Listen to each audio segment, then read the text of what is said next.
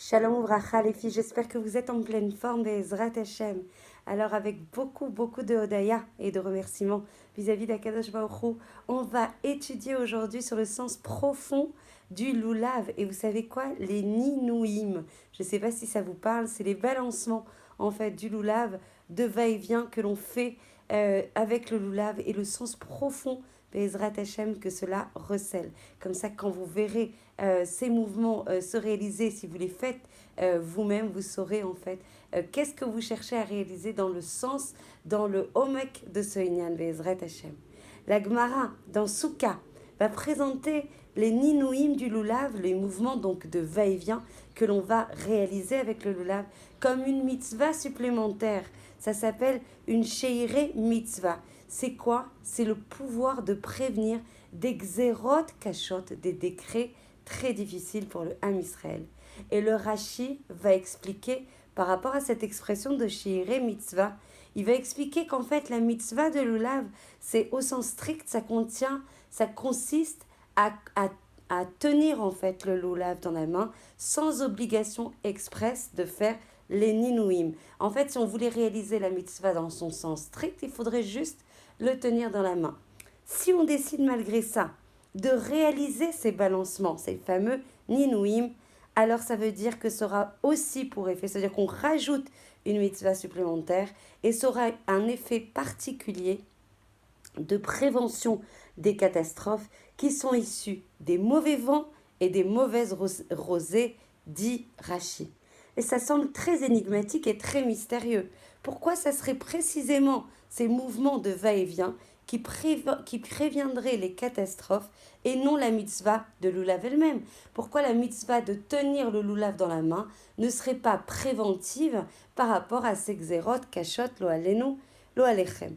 Quel lien peut-il exister entre ces mauvais vents, ces mauvaises rosées d'une part, et les catastrophes d'autre part?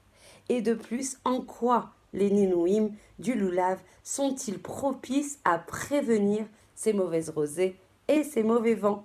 Et du coup, la Gemara dans Souka va préciser que les ninouim du loulav viennent narguer, viennent provoquer le Satan.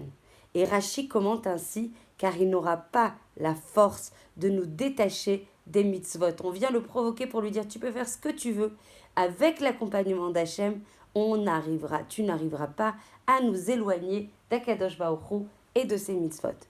En fait, les ninouim recèlent un sens extrêmement profond, extrêmement saudi.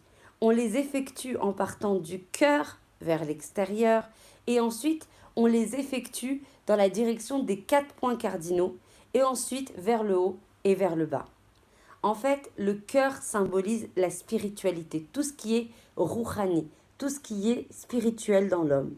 Après les 10 jours de tchouva, période qui était extrêmement riche en rouhaniout, l'homme doit se protéger, l'homme doit protéger et doit s'animer pour conserver ses acquis spirituels, pour ne pas venir à les perdre. Il est écrit en fait dans la Kabbalah que le Or Makif, on en a parlé régulièrement dans nos cours et notamment le Shabbat, le Or Makif, c'est-à-dire la lumière qui nous entoure, la lumière qui nous est extérieure, vient protéger la lumière intérieure, c'est-à-dire le Or Pnimi. Et le Sfat Emet va rapporter que le mot loulav est composé de 2 mots distincts, l'eau et l'ève. À lui, à l'homme, le cœur. Ceci évoque également la notion de la souka, qui suggère une idée d'enveloppe protectrice, comme il est écrit Oufros alenu soukat 1.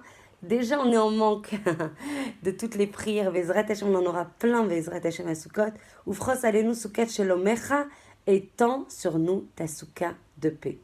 Donc, les ninouim constituent un moyen de conserver toute la spiritualité sur laquelle on s'est investi, dans laquelle on a capitalisé, sur laquelle on a mis toute notre énergie depuis Elul, avec la Aseret Yemei Teshuvah, à Rosh Hashanah, à Kippour. Donc en fait, ces mouvements de va-et-vient, quand vous les réaliserez, si vous en avez l'habitude, parce qu'il n'y a pas de chova pour la femme, alors en fait, va venir protéger, va venir conserver, va venir se prémunir de perdre, la spiritualité qui a été acquise. l'ensemble des efforts que nous avons investis, toutes les réalisations que nous avons obtenues au mois de Tishri doivent être soigneusement conservées afin de pouvoir perdurer toute l'année et toutes les autres suivantes. Ainsi, du coup, chaque juif doit faire preuve d'une vigilance extrêmement redoublée pour interdire tout accès au mauvais vent qui souffle aux alentours. Alors quand on fait les ninunim du loulav, plutôt que de se contenir de les porter juste dans la main, l'homme affiche sa volonté d'en faire encore plus, d'aller au-delà des exigences minimales pour protéger très fort cette spiritualité qu'on a acquise.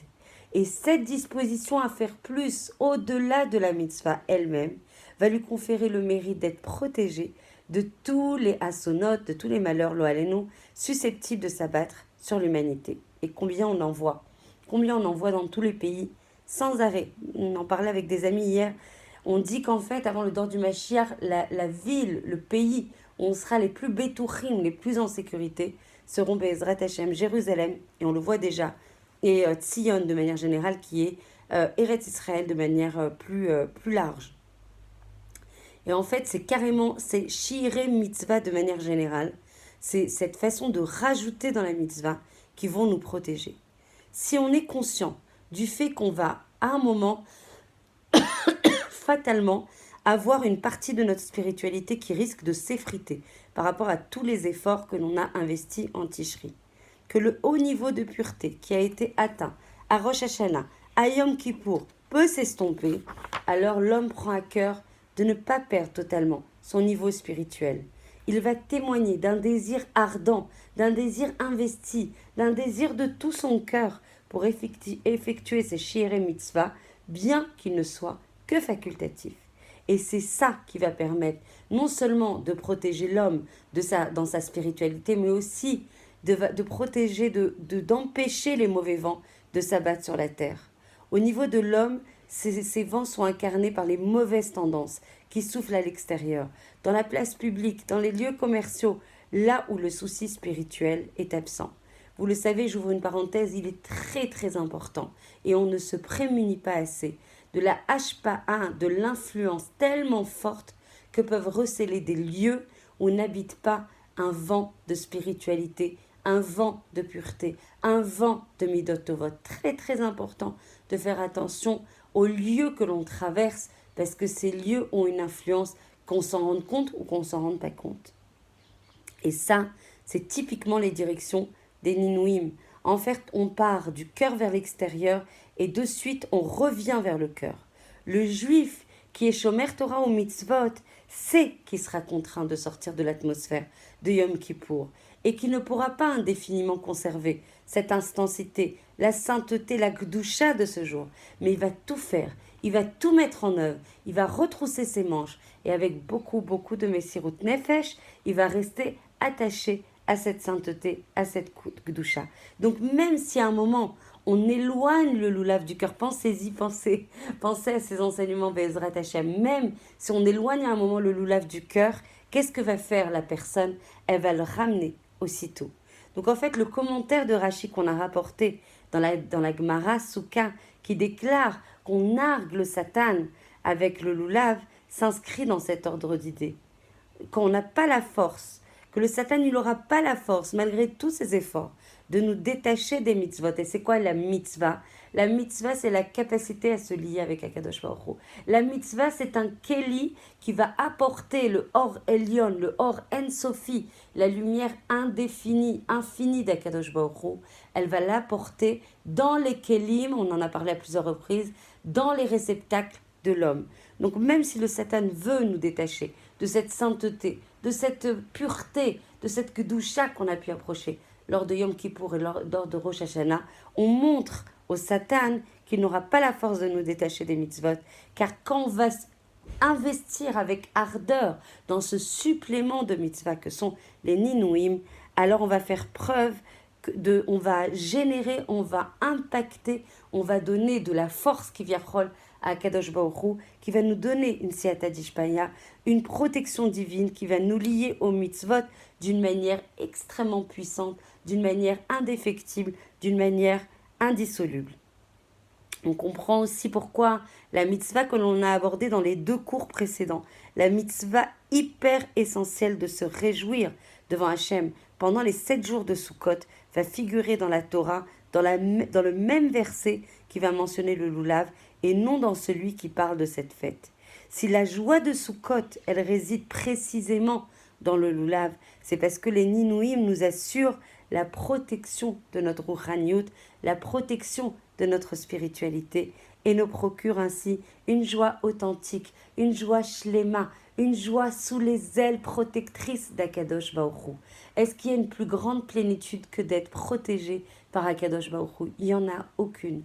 Le fait d'être rempli d'Akadosh Baruch Hu, le fait d'être collé à Akadosh Baruch Hu, le fait de se remettre complètement à Akadosh Baruch Hu, de sortir de nos idées préconçues, de sortir de nos référentiels de valeurs qu'on s'est construit en fait pendant tant d'années, et de se remettre complètement, d'adoucir le trait, l'Isrom im Akadosh Baruch Hu, de se laisser aller avec Akadosh Baruch Hu, est la source de toute joie, la plus shlema, la plus authentique, Bezrat Hashem, qu'on ait le mérite de tout cœur de vivre ça, de vivre cette soukha dans la joie, de recevoir nos invités dans la joie, de recevoir le Ushpezin dans la joie, de qui il faut apprendre. Vous savez que la femme n'a pas de chova, de vivre, de s'animer, d'étudier, de vivre dans la soukha. Mais vous savez à quel point c'est source d'énormes yeshuot, parce qu'on se met complètement sous la protection en fait d'Akadosh Baruch Hu. On sort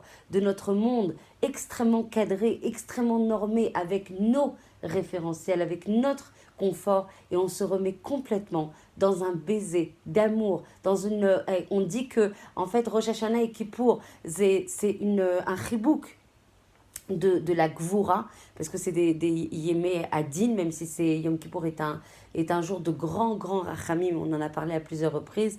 Et en fait, la Souka, ce sont des neshikot, ce sont des baisers d'amour. Alors, comment résister à ne pas aller toutes les fois possibles, même de s'asseoir, sans rien dire, sans étudier, sans parler, juste être là? C'est un baiser d'amour qui va nous accompagner, Be'ezrat Hashem, toute l'année.